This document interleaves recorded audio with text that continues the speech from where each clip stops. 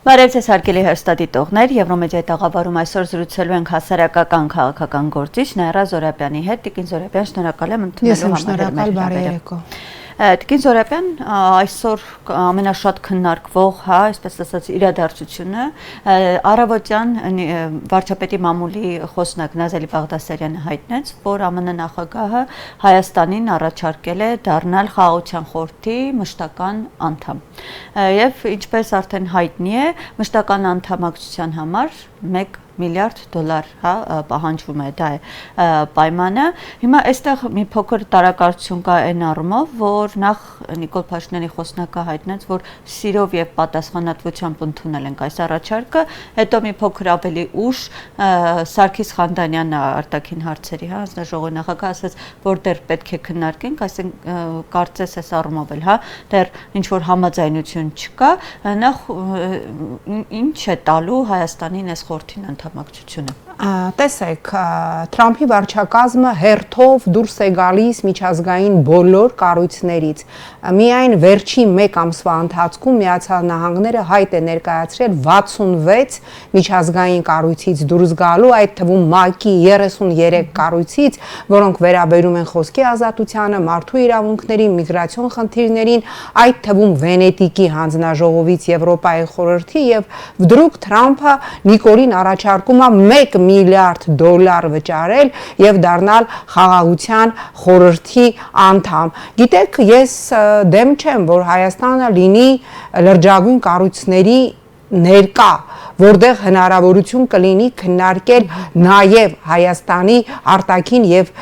մարտահրավերների վերաբերյալ հարցեր, բայց այսօր երբ որ մենք ունենք լրջագույն խնդիրներ, երբ որ մեր խնդիրները լուծված չեն, երբ որ մեր խնդիրները հələ մի հատ էլ պետք է գնան օրինակ ՄԱԿ եւ քննարկվեն, օրինակ ռազմագերիների եւ Արցախի մշակութային ժառանգության ոչնչացման խնդիրը, որտեղ մենք ամեն օր ստանում ենք տեսանյութեր, թե ինչպես են բուլդոզերը դրած ջնջում եւ հիմնահատակ վերացնում Արցախի կոթողները մշակութային ժառանգություն։ Այս հարցը պիտի դառնար ՄԱԿ-ի անվտանգության քննարկման հարց։ Այս հարցը թողած, ասում են արի $1 միլիարդ տուր, մենք իրար հետ քննարկենք Գազայի խնդիրը։ Սա աբսուրդ է։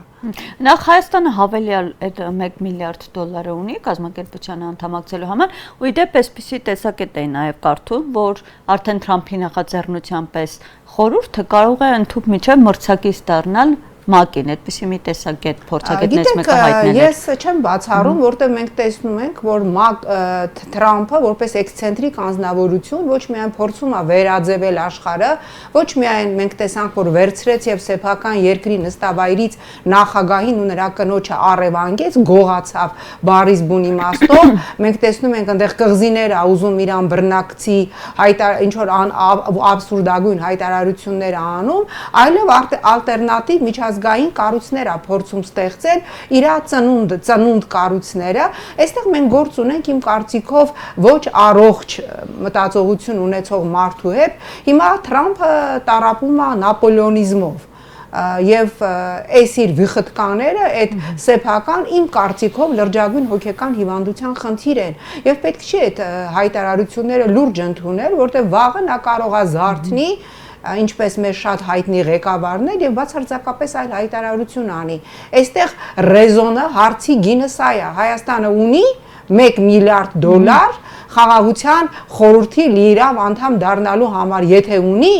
ապա եկեք ես գրեմ ցուցակ, թե այդ $1 միլիարդ Հայաստանում որտեղ եւ շատ ավելի արդյունավետ կարելի է ծախսել, օրինակ լրջագույնս բարձրացնել թոշակները, բարձրացնել նվազագույն աշխատավարձները, սոցիալական տարբեր կարիքավոր խմբերի նպաստները բարձրացնել։ Դե իրենք ասում են դա տալիս են, որպեսզի Հայաստանի արտաքին դերակատարում ավելի բարձրանա։ Տեսեք, Հայաստանը այնքան լրջագույն կառույցների է անդամակցում միջազգային, Եվրոպայի խորհուրդ, ԵԱՀԿ, որտեղ եվրոպական անվտանգության ճարտարապետությունն է քննարկվում, անդամակցելով չի, այս կամ այն կառույցի անդամակցելով չի երկրի դերակատարությունը բարձրանում են, որ ասում է 1 միլիարդ տանկ խաղաղության խորհրդի անդամ դառնանք, մեր արտաքին դերակատարությունը բարձրանա, Հայաստանը լիքը միջազգային կառույցներում լիիրավ անդամ է ԵԽԽՎ, ԵԱՀԿ, որտեղ Եվրոպայի ճարտարապետությունն է որոշվում, անդամակցությամբ չի դերակատարությունը նախկինում Հայաստանի դերակատարությունը որպես գործոն բարձր էր։ Այսօր Հայաստանը դարձել է բլութ, ճաշատեսակ, որ դրված է աշխարհաքաղաքական տարբեր սեղաններին, այնպես որ այդ իրանց կրուտիտները փողը տան գնանք այս կառույցին անդամակցենք, որ մեր աշխարհաքաղաքական դերակատարությունը բարձրանա, դա абսուրդ է։ Աշխարհաքաղաքական դերակատարությունը չի կարող բարձրանալ մի երկրի, որի վերաբերյալ որոշումները կայացվում են անկախ առանց այդ երկրի մասնակցությամբ, վերջում post factum հեռախոսազանգով, email-ով կամ հայտարարությամբ այդ երկրի ղեկավարությանը տեղյակ են պահում։ Տիկին Զոհրաբյան, այս որպես այս թեմայի շարունակություն, հա, էլի Թրամփի ուղու հետ կապված այս նախաձեռնությունը մի նոր զարգացում ունեցավ, հա, հունվարի 13-ին արտգործնախարարը եւ ԱՄՆ պետքարտուղարը նոր հայտարարություն ստորագրեցին, մի շարք այսպես կոմպոնենտներ ավելի հստակեցվեցին, մասնաբաժինների հետ կապված 74 եւ մասնաբաժինը հասնելու է Միացյալ Նահանգներին, Հայաստանին 26-ը գործելու է front office եւ back office այս մեխանիզմն է գործելու, մասնավոր օպերատորներ են, հա, գործի դրվելու, ովքեր շինական աշխատանքներ են իրականացնելու։ Տեսեք, ես չգիտեմ, թե այդ Թրամփի ուղու վերջի այդ փաթեթը ստորագրված Արարատ Միրզոյանի եւ Ռուբիոյի միջև ինչի են սրանք sense թմկահարում, երբ որ կարդում ես, բացում ես այդ փաթեթը, որտեղ քո սուվերեն տարածքի 74%-ի հանդեպ 46 տարով պայմանագրում գրված է 46 տարուց հետո եւս ցանկության դեպքում կողմերի համաձայնության 50 տարով տրվում է երրորդ երկրի, այսինքն քո երկրի ինքնիշխանության ինդեքսը դառնում է ընդամենը 26%, դու քո սեփական տարածքի վրա տասնյակ տարիներ ընդամենը 26%-ի վերահսկողություն ունես, սա ներկայացնել որպես հաջողություն, ես սա абսուրդ եմ համարում։ Տիկին Զոհրաբյան, ներողություն, բայց փոխնախագահ ազգային ժողովի Ռուբեն Ռուբինյանը խոսելով դրա մասին, երեկ ինչ ասաց, ասում են, որ դա կապ չունի, կարող էր անգամ 100% մասնաբաժինը Միացյալ Նահանգներին բաժանացնել, դա որևէ վնաս չի ինքնիշխանությանը մեր, ու ասում էր, որ Հայաստանը վետոյի իրավունք է ունենալու, այսինքն ցանկացած որոշում առանց իր չի կարող։ Ուրեմն ես չգիտեմ ինչ է ասում իշխանության այս կամ այն կալիբրի ուսապարկը, փաստը այն է, որ միջանցքը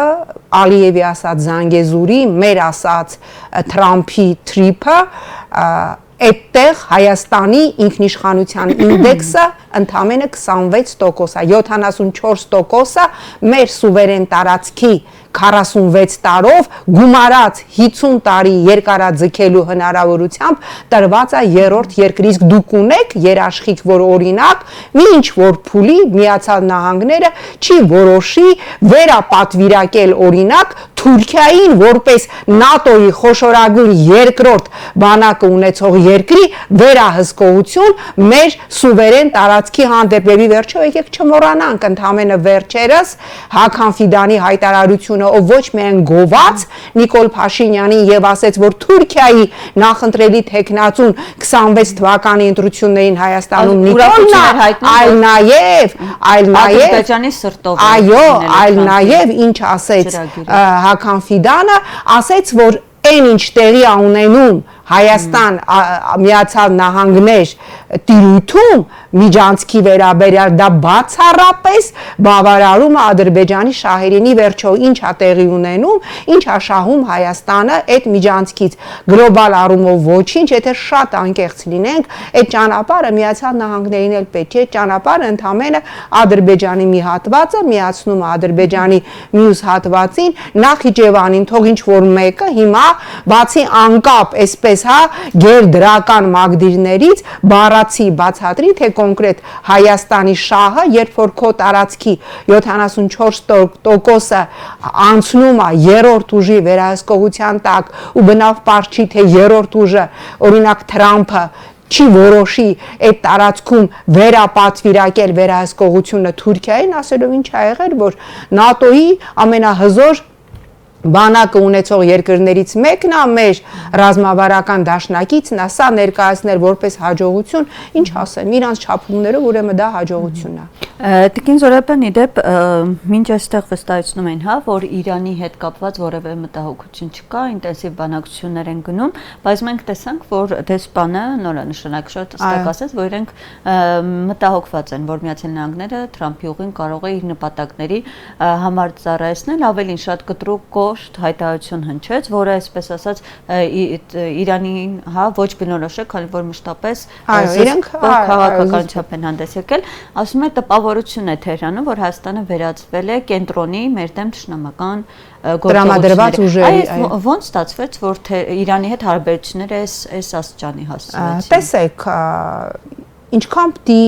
չհասկանաս արտաքին քաղաքական զարգացումներից, որ գնաս Իրանի հետ հարաբերությունները թշնամացնելու ճանապարհով, որ անգամ իր ձևակերպումներում մշտապես լոյալ եւ մշտապես զուսպ Իրանի նորանշանակ դեսպանը հայտարարի, որ Իրանում կարծիք եւ տպավորություն է ձևավորվում, որ Հայաստանը վերածվում է Իրանի դեմ թշնամաբար տրամադրված ուժերի կայանատեղի։ Դուք հասկանում եք, դուք պատկերացնում եք, ինչ կլինի, եթե մենք հարաբերությունները փչացնենք նաեւ Իրանի հետ, այսինքն ինչքան պիտի այս իշխանությունը չհասկանա, թե ինքը ինչ է անում, ինչքան պիտի սեփական աշխարհակաղակական ուղենիշները, օրիենտիրները, սեփական զարկերակները, աորտաները աշխարհակաղակական ինքը չորոշի, այլ մեր փոխարեն որոշեն, ասեն դու էս պետք է անես, որ թշնամական, ինչ ասեմ, մի հատ ճակատել բացեն Իրանի հետ։ Սա աբսուրդ է, աբսուրդ։ Բայց իսկապես սա, հա, ահագնացող այդպես հայտարարություն է, թե որպես նախազգուշացում կարելի է դիտարկել։ Դե բնականաբար սկզբից լինում են նախազգուշացումներ, նախազգուշացումներից հետո սա դա դիվանագիտական, այսպես ասած, դեղին քարտ է, որ Իրանը ցույց տվեց Հայաստանին, Իրանի դեսպանի հայտարարությունը դա դիվանագիտական դեղին քարտ է, որ ցույց տվեց Հայաստանին, դե փորձեք Իրանի հետ էլ հարաբերություն փչացրեք, այդ ճանապարհն էլ փակեք, Ռուսաստանի հետ էլ այնտեղ փչացրեք հարաբերությունները, Լարսը այնտեղ փակեք, Իրանի այդ ճանապարհը փակեք, Հայաստանը մատնեք սովի եւ պահեք Ադրբեջանի ճանապարհը, խմեք Ադրբեջանից եկող նավթը, կերեք Ադրբեջանից եկող պամիդորը։ Եթե սա է մեր գրագետ արտաքին քաղաքականությունը, սա ողբալի է, հա, սա բազմավեկտոր չի, սա թրքավեկտոր է։ Այս քաղաքականությունը փչացնել հարաբերությունները Ռուսաստանի հետ, փչացնել հարաբերությունները Իրանի հետ եւ ամեն օր ասել դե հեսա Ադրբեջանից նորից նավթ կգա, հեսա Ադրբեջանից էս կբերենք, պամիդոր կբերենք, որ ռուսական գազն է եւս արդեն հեղուկ գազը,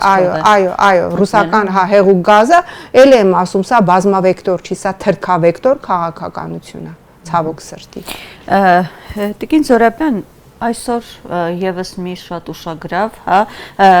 զեկույց հրապարակվեց արտաքին հետախուզության, հա, ծառայությունը։ Այսպես ինչ էր ասում, էլի խոսվում էր հիբրիդային պատերազմի մասին, ես մի քանի այսպես, հա, հատվածներ առանձնացնեմ, ինչ են ասում, որ 25 թվականին Հայաստանը ենթարկվել է, առնչվել է հիբրիդային սպառնալիքների եւ 26 թվականի ընտրություններով պայմանավորված դրանք ավելի մասշտաբային բնույթ են կրելու, այսինքն ավելի են, հա, խստանալու եւ այստեղ մի մեջբերում, հա, ասում են հիբրիդային գործողությունների նպատակն է իմաստազրկել խաղաղության հաստատման հնարավորությունը։ Այստեղ մի ամբողջ բաժին նվարված էր գործակալական ցանցի, գործակալներին, դրա, հա, գործարարության քողարկմամբ քաղաքականությամբ զբաղվող դերակատարներին։ Այսինքն ողջ այսպես ահագնացող։ Այո, ուրեմն արտաքին հետախուզության զեկույցը, որ հրապարակվեց, ենթատեքստը սաղեն է, որ հեսա ընտրական process-ից ընդառաջ Ռուսաստանը ուժեղացնելու է հիբրիդային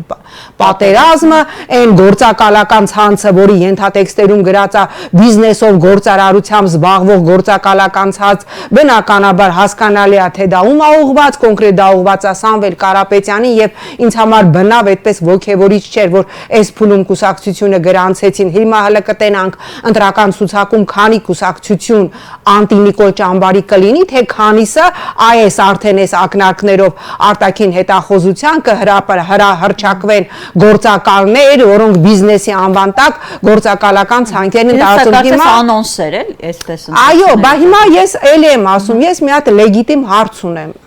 կրկնում եմ, արտաքին հետախուզության զեկույցը ծերից ծերեն մասին է, մնում ասում не будем говорить это кто, хотя это был Слонёнок, որ սաղ ուրեմն Ռուսաստանը պատրաստվում է ընտրություններից առաջ ուժեղացնել հիբրիդային պատերազմը եւ Ռուսաստանահայ գործարարները, ովքեր մասնակցելու են ընտրական process-ին, գործակալներ են։ Սաղ ենթատեքստը էտա։ Հիմա հարց, քանի անգամ է վերջի առնվազն մի քանի ամսվա մեջ Նիկոլ Փաշինյանը հանդիպել Ռուսաստանի նախագահ, ահա այս ձեր տաբլոյի վրա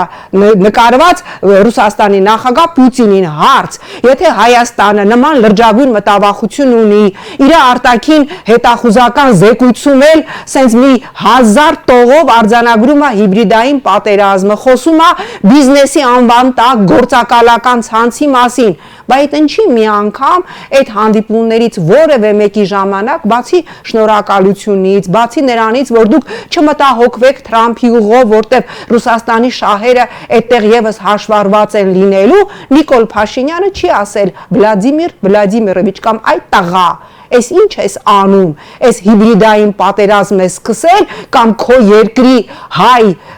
գործարարների միջոցով ուզում ես գործակալական ցանցով իշխանություն զավթես, հարց, ինչի այդ հարցը չի բարձրացվել բարձր մակարդակով, որ կուլիսների հետևում տված լիներ, իրանք կասեին, որ հարցը քննարկվել է, մենք մեր բավարարող պատասխանը ստացել ենք, չենք ուզում այդ մասին խոսել, անգամ այդ Ալեն Սիմոնյանի մակարդակով, որը շատ է սիրում ռուսներին քացի տալ, Իդեպ առաջիկայում հայտարարեց, որ այցելի նախատեսում Ռուսաստանի դաշտում։ Ես չեմ կասկածում, բա պետք է գնան, որտեղ փորձեն այս Թրամփի խաղաղության հրավերին հակակշռել։ Ինչի մասին է խոսքը։ Տիկին Զորաբյան եւ արդեն վերջում կարելի ասել ամենաուրախալի հայտարարությունը վերջին ժամանակաշրջանի վերջապես հայ գերիներ 4 հոգի վերադարձվեցին, իհարկե սիրիացի վարձկանների դիմաց, բայց կարևորը որ ողջ վերադարձան, հայ գերիները, սա հաճախ շատ է շահարկման առարկա դառնում, որ այ ինչի հենց վարձկանների դիմաց, ուզում եմ փոքր ասեք, այստեղ նրբությունները Տեսեք, ես շատ ուրախ եմ, որ 4 հայ ռազմագերի վերադարձա, որոնցից երկուսը լրջագույն առողջական խնդիրներ ունեն։ Ես առաջինն եմ շնորհավորել Վիգենի կրոջը Լինդային եւ առաջինն եմ շնորհավորել 70-ամյա Վագիվ Խաչատրյանի աղջկան Վերային, որին առաջիկա օրերին սրտի բաց վիրահատություն պիտի անեն այն Վագիվ Խաչատրյանին, որին գողացան Հակարի կամրջից Կարմիր խաչի մեքենայի միջից, որով նա գալիս էր սրտի բաց վիրահատության, բայց չմոռանանք, որ մեր ռազմագերիները հանձնվել են սիրիացի վարձկանների դիմաց եւ այստեղ լրջագույն դերակատարություն է ունեցել Թուրքիան, Թուրքիայի համար այդ երկու գլուխ վարձկանները անչափ կարեւոր էին եւ եկեք նորից հիշենք 20 թվականի նոյեմբերի 9-ի հայտարարությունը, որը Ադրբեջան ամեն օր քացի է տալիս եւ ոտնակոխ է անում, որտեղ այդ հայտարարության մեջ գրված էր, որ հիմա արդեն մենք ոչ մի ռազմագերի չպիտի ունենա որտեղ գրված էր հայտարարությունը հենց ստորագրվեց բոլոր կողմերը գերիներին բոլորի դիմաց այդ թվում դիակները մենք Ադրբեջանին հանձնել ենք անգամ 90-ականների Արցախյան պատերազմում զոհված սպանված ադրբեջանցիների ոսկորները ոսկոր առ ոսկոր կող առ կող չափար առ չափար հանձնվել է իսկ այսօր Բաքվի բանտում շարունակում է խոշտանգվել 19 ռազմագեր ռազմագերի, ավելին ասեմ, մեր ռազմագերիներին անգամ թույլ չեն տալիս Աստվածաշունչ, երբ որ պահանջում են հոգևոր գրականություն, ինչ ասես կարանտան, Աստվածաշունչը հոգևոր գրականությունը չեն տալիս, ավելին շատ դաժան բան ասեմ, մեր են ռազմագերիները, որոնց ձեռքերին եղել է տատուաժ, դաջվածքներ խաչերով կամ հայկական եկեղեցիներով, այդ բոլոր դաջվածքները, խաչերը այրել են եւ վերադարձրել են։ Սա է մարդասիրությունը։ Տիկին Զորաբյան, իսկ առաջիկայում հնարավոր է էլի չեմ բացառում, ավելին քան վստահ եմ, որ քանի որ մայիսի 8-ին Հայաստանում ընտրությունների նախաշեմին սա արևմուտքը հատուկ է արել որպես ընտրական բոնուս, ընտրական շոկոլադ, ընտրական նվեր Նիկոլ Փաշինյանին, մայիսի 8-ին նախատեսված է Եվրոպական միության սամիթը Երևանում, ես չեմ բացառում, որ Պուտինի ինադու մադամ Ուրսուլա ֆոն դեր Լեյնը իր հետ մի քանի ռազմագերի եւս բերի, ես շատ ուրախ կլինեմ, որ ուզում է Պուտինի ինադու լինի, ուզում է Թրամփի ինադու լինի, ում ինադու ուզում է լինի, մեր հայրենակիցները գան, բայց ես նորից եմ կրկնում, Ադրբեջանը շարունակում է խախտել իր իսկ ստորագրած պայմանավորվածությունը նոյեմբերի 9-ին եւ շարունակում է խոշտանգել մեր ռազմագերիներին եւ քանի որ այստեղ գալուց առաջ ես մի ահազանգեր ստացա Գորիս քրեակատարողական հիմնարկի կալանավորների դատապարտյալների հարազատներից տիկին նախարար արդարադատության, որ նենց պլյուս մինուս մի միլիոնը չես հիշում 7 միլիոն եք պարգևավճար ստացել, թե 6 միլիոն, որտեվ այդ մի միլիոնը ձեր համար նենց ինչ թիվա, որ պլյուս մինուս է, մարդիկ սառը ջրով են լողանում ձմեռվա կեսին, մինուս աստիճանին Գորիս քրեակատարողական 3 եմ ահազանգը ստացել Գորիս քրեակատարողական հիմնարկում մարդիկ լողանում են սառը ջրով տաք ջուր տևական ժամանակ Գորիս քրեակատարողական հիմնարկում չկա առաջարկ ունեմ տիկին նախարար, այն որ տենց մեծահոգաբար չէիք հիշում, դուք 6 թե 7 միլիոն եք պարգևավճար ստացել, որտեվ այդ մի միլիոնը ձեր համար դե ինչա, որ երևի 20 դրամ, դրա համար չեք կարողանում տեղը բերել, ձեր քարտին 6 թե 7 միլիոն անստել, այդ մի միլիոնը լրիվ բավարար է, հավատացնում եմ ձեզ, ես եղել եմ Գորիս քրեակատարողական հիմնարկում ժամանակին բավարար է, տաք ջրի հարցը լուծելու, որտեվ դատապարտյալները լրացուցիչ խոշտանգման չպիտի ենթարկվեն։ Իսկ ինչքան ժամանակ է որ այդ խնդիրը։ Ասում եմ տևական ժամանակ է արդեն ամիսներ շարունակ այս խնդիրը կա, կարող է վերականգնեն այդ տաք ջուրը, որը մի երկու օրից նորից փչանում է։ Սա լրջագույն խնդիր է։ Մարդիկ պատկերացնում ես այս եղանակին կամ պիտի կեղտի մեջ փթեն, կամ պիտի լողանան սառը ջրով։ Շնորհակալ եմ Տիկին Զորաբյան զրույցի համար։ Արգելի արտադիտողներ, ես հիշեցնեմ, որ մեր զրուցակիցը հասարակական քաղաքական գործիչ Նաիրա Զորաբյանն էր, կհանդիպենք։